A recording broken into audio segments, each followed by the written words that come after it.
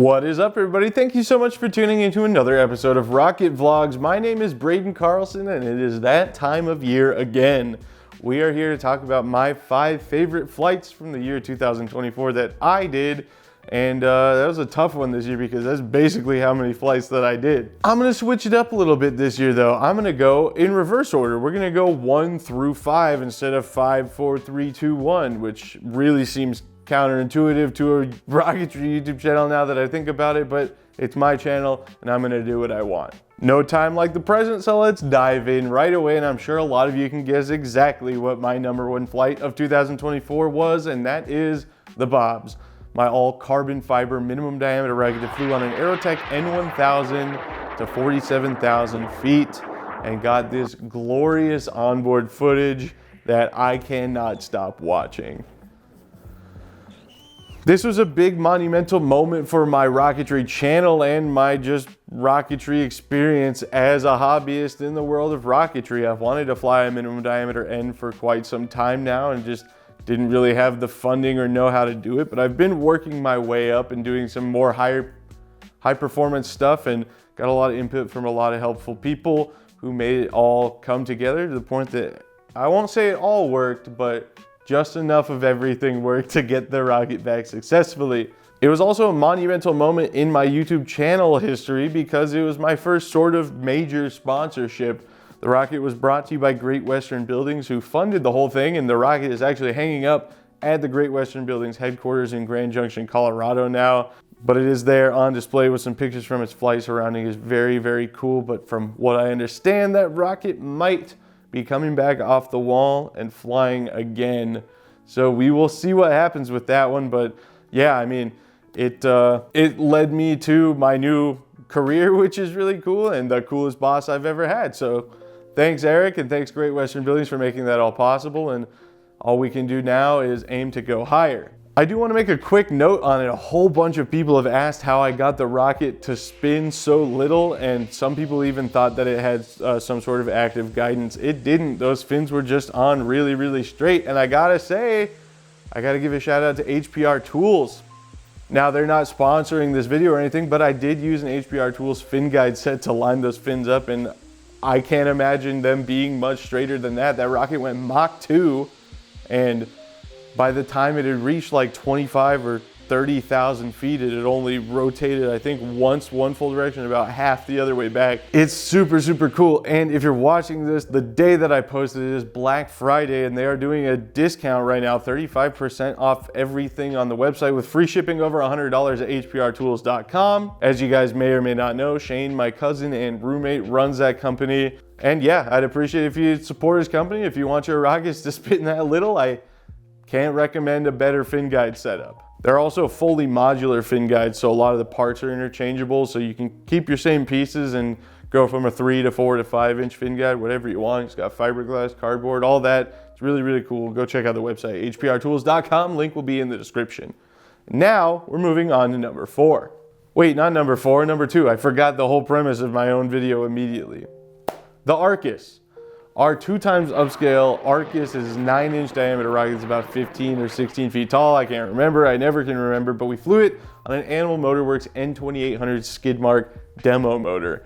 And the N2801 was one of the most iconic motors of my young Rocketeer childhood, and something that, for various reasons, I never thought I'd be able to get my hands on back then. It's something I never thought I could ever afford. And then Paul Robinson, the founder of AMW and the guy who made the motors, passed away, so they were discontinued. This N2800 was the pre-certification demo version of that motor.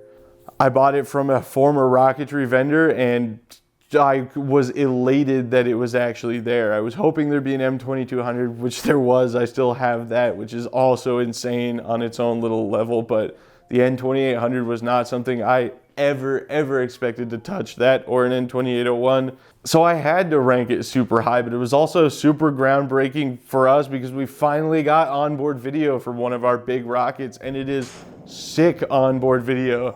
You can see all the sparks and the parachute working and the full diameter smoke ring setting the back of our rocket on fire, which was not part of the plan, but that's just how things go sometimes. Man, it was such a sick flight though, and then we all kind of had this cumulative, like, sudden onset depressing moment where we realized we can't ever do that again. That motor doesn't exist anymore. So there are really, really good replicas. We have a couple friends who make amazing ones, and we've been offered one of those motors, so we might just have to do our best impression of that flight again. But as far as flying another Animal Motor Works Skidmark end motor, I think my chances are slim to none.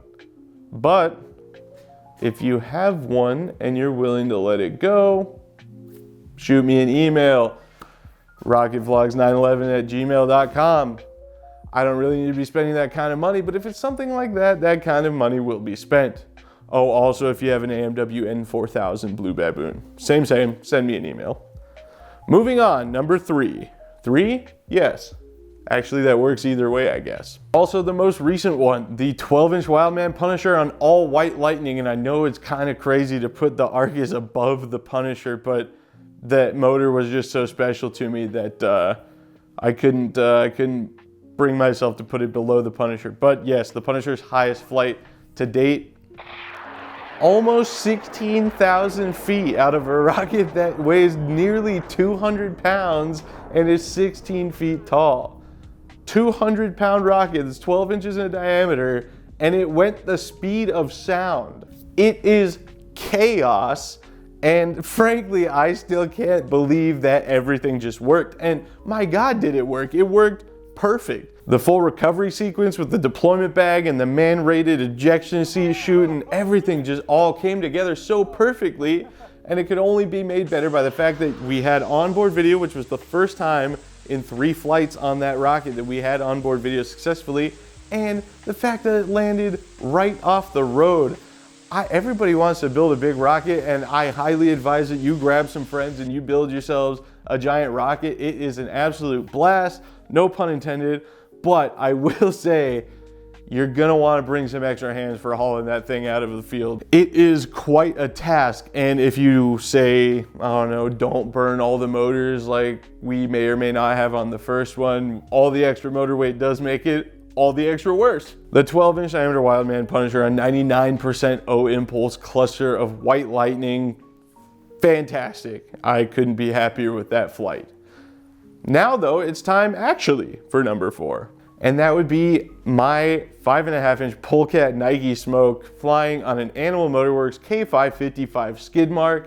Talk about the ultimate culmination of my childhood dreams. The quick TLDR of this flight is that I had a 5.5-inch Polecat Nike Smoke that my parents bought me for my 16th birthday as a teenager that I flew a few times, and unfortunately it met its tragic end, came in ballistic. Polecat is now out of business, and you couldn't get the rocket anymore, but I always wanted to build another one. Fast forward to last year at Balls in Black Rock, Nevada, my friend Bryce happened to be selling one in the exact same spec, 5.5-inch dual deploy with a 75mm motor mount as my old one. I don't remember what I paid for it, but Bryce pretty much could have said any number that day and it would have been coming home with me. And Bryce, if you're watching this, please don't use that fact to bump prices up on any future cool things that you have that I may be interested in. Thank you. So I rebuilt the rocket pretty much exactly as I did the first one with tip-to-tip fiberglass. I always dreamed of flying that rocket, the original one, on a CTI M2250, the 4-grain C-Star. It's now the M1830.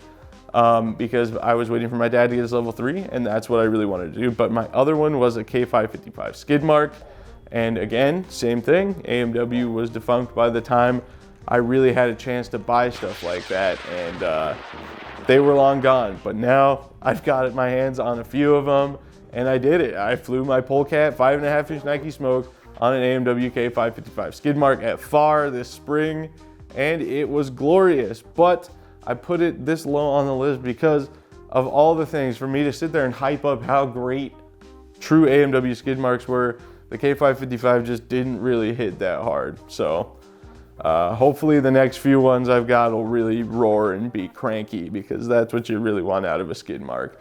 And by the way, I got an M2250. It's gonna happen. In my more years of rocketry wisdom, I'm a little bit concerned about the nose cone shoulder and the coupler, but the first one died not doing what it loved, flying on an I motor. If this one goes out flying on the M and trying to fulfill my 16-year-old dreams, then that's just how it goes out. That's how things go sometimes. We're not gonna be rooting for it, and I think it is going to be able to make it. I just think it's gonna be a hair sketchy, but we're gonna try. I got the motor, I got the rocket. There's no time like the present. Well, actually, there is a time like the present. It's whenever I have the opportunity to actually get to fly that thing, but I've got the motor, I've got the rocket. All we gotta do is give it a shot. And that brings us to number 5. This is kind of a crazy one to rank. Listen, I did so many cool things. All of the things I did were so equivalently cool in my head that the orientation of them is almost meaningless, but not quite. I will say it just took me a long time to decide which was the coolest to me. And 1 second, actually, I see it. It's sitting right there. Number 5, third charms the tribe, my Pathfinder minimum diameter rocket for the N1000 project, my 3rd installment of the JB Weld video. This rocket was built only using JB Weld as the adhesive, and I am not even hesitant to just hit these fins as hard as I can. They are so on there, and it is awesome. Flew it on one of my favorite motors, the Cicerone M1675 pink, because it's a pink rocket motor and that's just cool. And of course, one of the coolest things, it burned all the paint off because it went Mach 2.2. So you could see the rocket did not have any red paint below the nose cone, but all of the red paint from the nose cone melted down, and we even got a little bit of a wind tunnel effect on one of the rear fins as the paint was dragged down the rocket.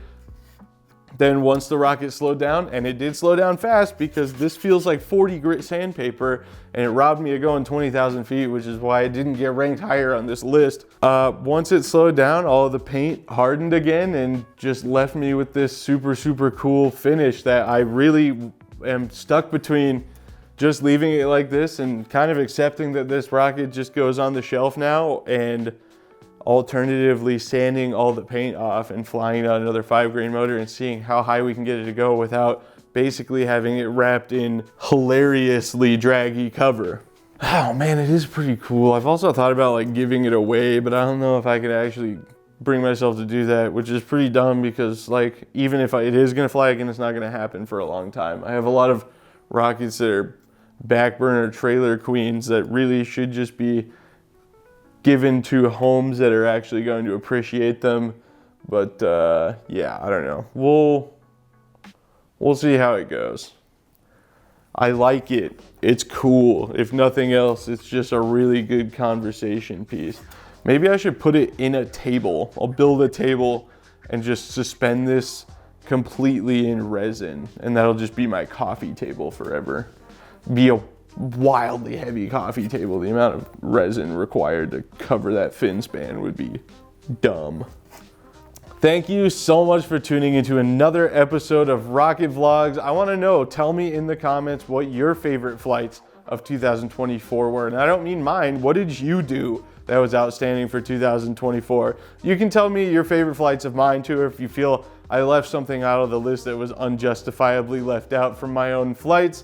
Honorable mentions go, of course, to the 8-inch V2 on the Aerotech M2225 Super White Lightning and my Aerotech Sumo on a G138, which I know sounds like I'm being sarcastic, but again, another one of my teenage dream combos that I finally got to just do because I'm a grown-up and I'll do whatever I want. If you want to see behind the scenes content and support the channel, you can check me out on Patreon at patreon.com/rocketvlogs, or by pressing the join button below. Become a member of the channel. You instantly get access to all kinds of early release and ad-free and behind the scenes videos and pictures.